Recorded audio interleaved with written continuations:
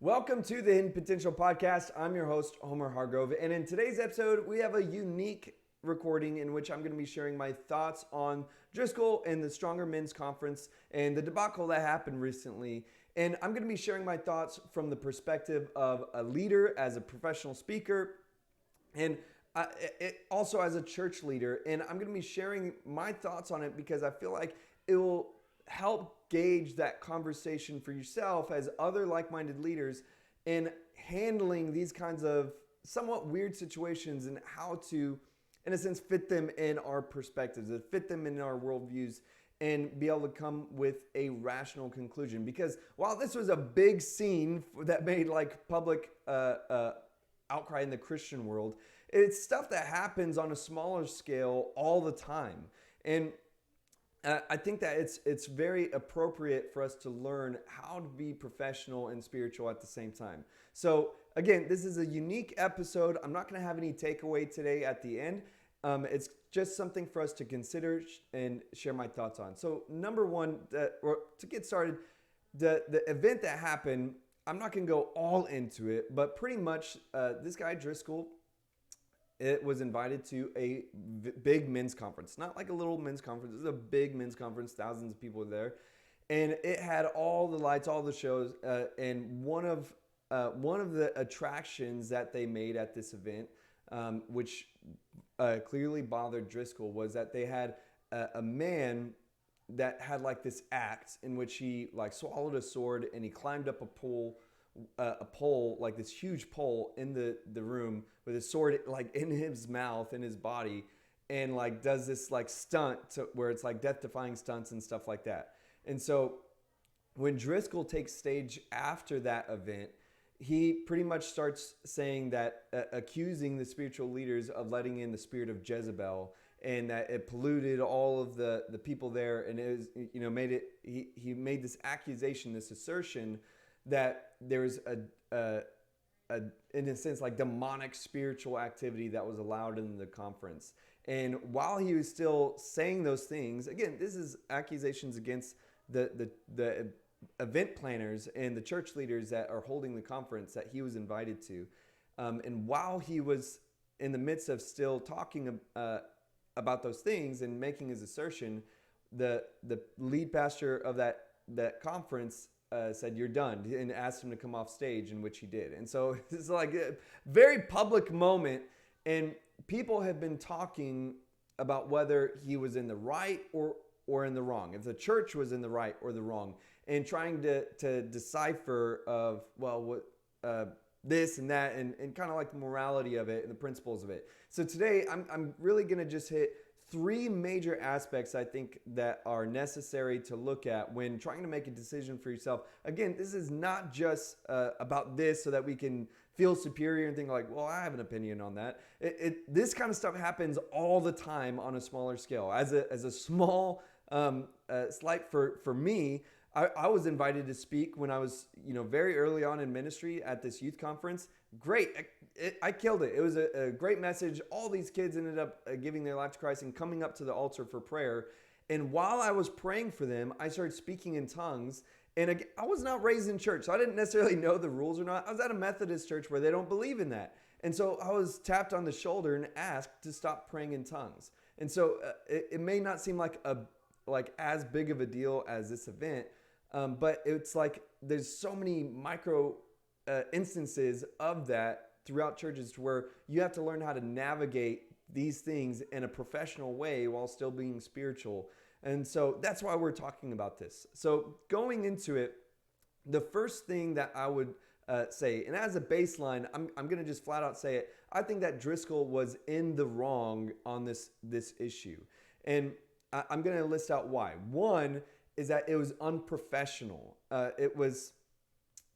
You got to understand that, yes, the church as a whole is a spiritual body, but each church individually is an organizational body. Like, it is both spiritual and of this world.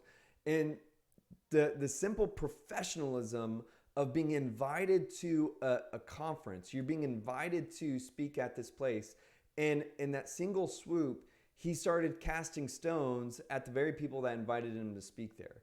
And what like the accusations he's making are pretty like those are pretty severe. He's pretty much calling all of the leadership unspiritual. He's calling he's making those kinds of claims can easily turn into false teachers. Like it was so much weight. Again, being a keynote speaker and making these claims about the heads of the leadership, and that fatal swoop, he also made himself out to be more superior than the dozens and dozens of people that went about planning this event, that went about praying for this event, fasting for this event. I don't know if you've ever been to like a part of a church conference planning committee, but there's usually a lot of spiritual things that go into it. Like people are praying and fasting for this event. They're having spiritual conversations about it. And so in this claim that he's making himself out to be superior than dozens of other people that have prepared for this event. And you talk about months and months, if not even over a year of planning. And it was simply unprofessional. Could you imagine getting invited to, like in the scenario if I got invited to this Methodist church, I'm praying for people. Did a good job. People were connecting spiritually to what I was saying. I had an altar call and people gave their life to Christ. It was a great outcome. But when I was tapped on the shoulder and asked to stop praying in tongues, I could be professional enough to where I'm still praying for people. I didn't stop praying for people, but I can withhold myself from speaking in tongues. I can withhold myself, and just like the Bible says, I'm in control of my mouth. I am in control of my body. And I can be respectful while still ministering. And in fact, I'm able to minister even more when I keep that sense of professionalism. But if I were to behave like this guy Driscoll, they would have clearly asked me to leave or stop what I was doing, stop praying for people. But I was able to continue praying for people because I was respectful enough to the leadership house that I was a part of. And I could pull a bunch of like biblical references of how we ought to honor the spiritual heads of a church body, of a house. And so there's a lot of that. But at the end of the day, I feel like it's not necessary when you just simplify it to it was unprofessional. It was unprofessional. And if you want to be taken seriously as a minister, even as a Christian, you have to learn how to be professional as you work with others. I go to recovery centers all the time on a weekly basis, and I could easily excuse myself from certain aspects of professionalism, but it would and say that it's because of spiritual right that I'm doing this. But I would end up getting kicked out of these places. When I was going into public schools, I would definitely have gotten kicked out of places if I wasn't professional enough. There's no way that you're able to operate in the secular world as a Christian effectively without being professional. And we have to have that same kind of professionalism when we go from church to church. It's simply that. That should be a baseline to where what he did was inappropriate. Number two, the accusations that he was making were relative. His accusations is that this man swallowing the sword and climbing up the pole was equivalent to that of a stripper, and that he brought in the spirit of Jezebel, and that it just was really just unlocking this lustful spirit in the room. And when you hear the claims, it's like, whoa, I guess that makes sense. When you actually look at the video, it was a circus act. It wasn't no stripper pole. It was like this big, thick, like pole that went all the way to the ceiling. It was like ridiculously high. And it looked like I was watching something from the circus. It didn't look like this provocative striptease. It was just like this death-defying circus leap. And at the end of the day, if you were to still hold to that, well, it still had aspects of this or that. You have to understand that those accusations are relative. He's saying that this is the spirit of Jezebel, but why not say that about the monster truck show? Like, they had a monster truck show there too, and he didn't say, oh, they brought in the spirit of the beast. Like, there's monster trucks that have their names like the beast. We brought in the spirit of destruction. Do you see what I'm saying? Like, these accusations could be said about anything. Those kinds of accusations are relative based on your opinion. If you want to go that route, well, then I can continue saying that. Well, you used a MacBook during your sermon prep, or you used an Apple product as part of your notes, and that brought in the spirit of the Antichrist because they have so many anti-Christian values. I could go on, and you're wearing a Nike brand. You are now bringing in the spirit of the Antichrist. You're bringing the spirit of X, Y, or Z. You can throw those names on just about anything that is connected to anything else. It is relative. And at the end of the day, you gotta really just like think for yourself and consider the weight to those accusations. And if they're so relative that you could say it about anything, like football. Oh, y'all did a football game inside the church. You brought the spirit of idol worship, the desire for fame and fortune into this place. You brought a spirit of violence into this place. It's relative, meaning that it's like this slippery slope that you can continue to go down that route. And whenever you have that kind of accusation against another leader, they're able to have four fingers pointing back at yourself. Just like you said, cast the first stone, whoever hasn't said. There's just no way to have those kinds of accusations unless it's clear and blatant sin, which it wasn't. It wasn't clear and blatant sin. It's a circus act. And the final thing that I want to hit on is that there's different people that are saying, okay, well, it wasn't really that bad, but was any of this even necessary? Was it necessary to have this guy do this performance?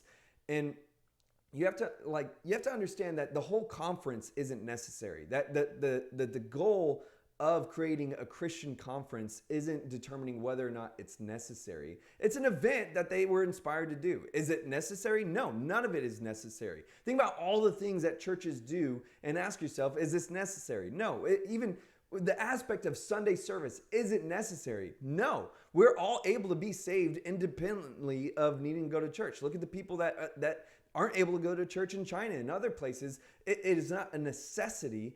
But can it be supplemental? Yes. And when you're creating an event like that, part of the event creation is creating hype, of making this memorable experience. It doesn't necessarily matter if it's extremely spiritual or not. There's natural, normal planning exercises that go into an event. Think about a normal worship service that changes the lights, that even if there's not a big show on stage, they dim the lights. Well, is that necessary? No. It's just, it could be helpful. Is there a fog machine at your church? Is that necessary? Well, no. You see, you could go down the book. Having slides on the screen, is that necessary? It kind of goes back to the idea of it being a slippery slope. The necessity isn't a requirement for these types of events. It's the idea of how can we make this a memorable event? How can we make this an event that people want to go to? How can we hype this up? And the idea that like it's a hype team that's creating these different things in the background, and they're trying to make a showstopper. They're trying to make it an experience that is memorable to go to, and on top of all of the edifying and spiritual things that happen during the event, they're still trying to entice other people to go. And there's nothing wrong with that. There's nothing wrong to doing marketing for your church. It's not about whether it's necessary. That shouldn't be the requirement to do anything. That's the bare minimum. The bare minimum of leadership thinking is like, well, is this necessary? Can this advance our mission? Can this advance what we want to happen?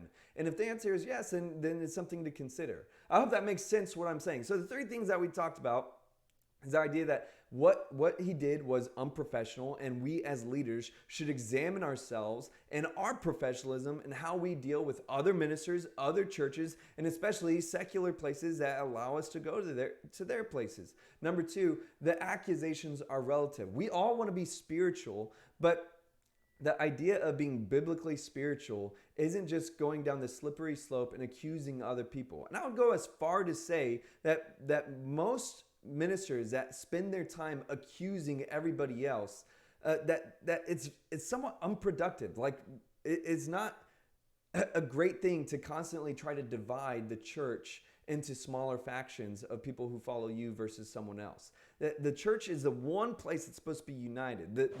The division that happens for us is all around us. You don't have to look very far to find divisiveness in this world. Most people in their own families, when they convert to Christianity, they have that divide, and they don't have any other unity except for in the church. And so when people are constantly trying to divide the church, I would question that. I would not be quick to throw the finger, throw shade at other ministers when they're bringing others to Christ, when they're unifying the body.